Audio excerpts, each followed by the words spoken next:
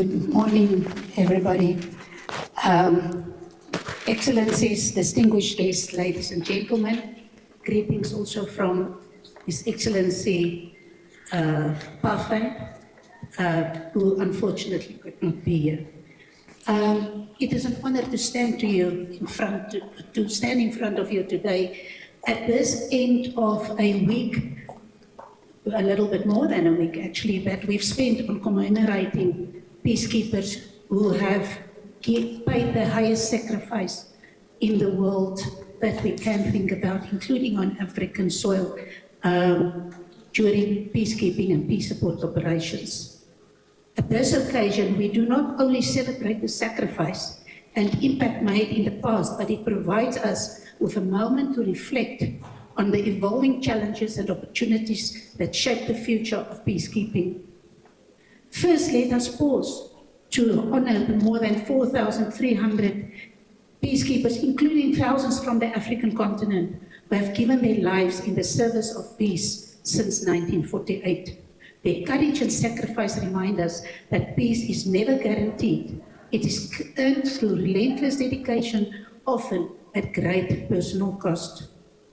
Today, we also recognize the nearly 80,000 in the peacekeepers in the UN, and then also more than 10,000 of the African Union, who currently serve in some of the world's most volatile situations, including in Africa. Over the past decades, the African Union and its regional economic communities and mechanisms have increasingly taken on leading roles in addressing complex conflicts across Africa by deploying AU-led or regionally led peace operations. Within the evolving nature of insecurities, including asymmetric and terrorist threats, African peace support operations have become a vital tool for the peace and security architecture on the continent. Thousands of African personnel have served in AU-led PSOs, contributing to the efforts for continental peace and security, placing themselves at risk and even paying the ultimate sacrifice for the sake of peace. The wall of honor behind us stands as a vivid reminder. The theme of this year's commemoration, the future of peacekeeping, compels us to ask, what will peacekeeping or then peace operations in general look like in the years ahead in this changing world? Conflicts are becoming more complex, fueled by climate change, cyber war, transnational crime, terrorism, and geopolitical tensions. More than ever before, peacekeepers face asymmetric threats, mis- and disinformation campaigns, and a worryingly shrinking political space for mediation.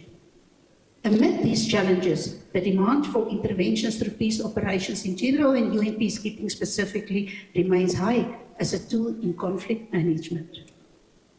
To respond to these challenges, the Secretary General launched the Action for Peacekeeping on 28 March 2018, calling on member states, the Security Council, host countries, troop and police contributing countries, regional partners and financial contributors to renew our collective engagement with UN peace operations and mutually commit to reach for excellence.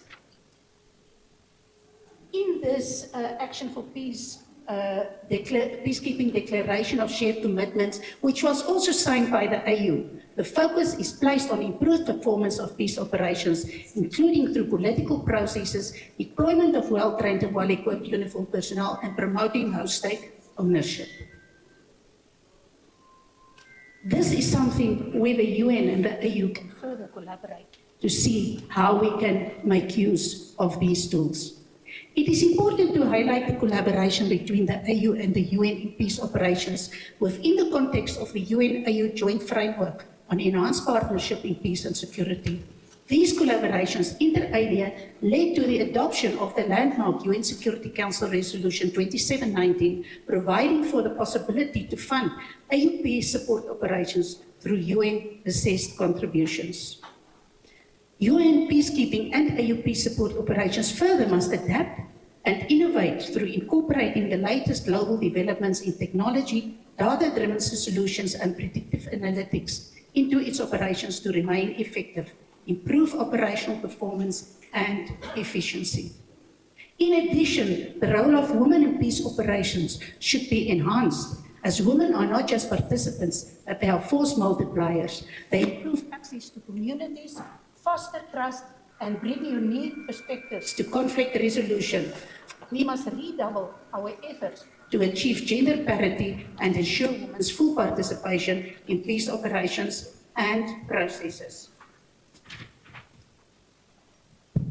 We need to look ahead, and we have to remember that peace operations are not just about ending wars. It is about building a future where conflicts are prevented before they begin. Peace operations are not an end in itself, but a means to end conflict and support transition from